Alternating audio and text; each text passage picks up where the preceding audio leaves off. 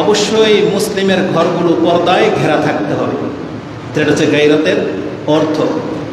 দায়ুসের অর্থ এটাও হাদিসে স্পষ্ট করা হয়েছে, যেটা আপনি মুসনাদে আহমদ 5372 পেয়ে যাবেন, যে দায়ুস কাকে বলা হয়? আল্লাযী ইউকিররু ফি আহলিহিল খাবাস, যেই ব্যক্তি তার পরিবারের নোংরামিটাকে মেনে নেবে, এ হচ্ছে দায়ুস। তার মানে নোংরামি বহুভাবে হয়। ধরে নেন আপনার মেয়ে সাবালিকা, তার উপরে নামাজ ফরজ হয়েছে, কিন্তু তার পবিত্রতা অপবিত্রতার ব্যাপারে কোনো তামিজ নাই। প্রসাব করে পানি নেয় না, মিন্সের পরে ঠিকমতো পবিত্রতা হয় না, সালাত আদায় করে না, কাপড় পোশাক পবিত্র থাকে না, স্ত্রীর ক্ষেত্রেও তাই। এটা গেল একটা দিক।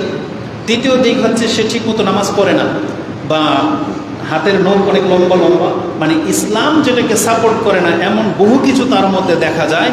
তার মানে আপনি হলেন দায়ুস, যেটা আপনি মেনে নিয়েছেন।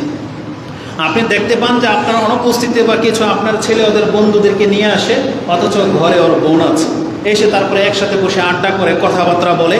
আপনি পিতা হয়েও কিছু বলেন না, মা হয়েও কিছু বলেন না, বরং আপনি নুডলস বানিয়ে দিচ্ছেন, চা দিচ্ছেন, আবার বলেন যে গল্প করো, আর এই বয়সে মানুষ করেই। এটা যদি কোনো পিতামাতার বাক্য হয়, তাহলে এই ঘরে ইসলাম তো নাই, তা লজ্জা শরম বলতে কিচ্ছু নাই।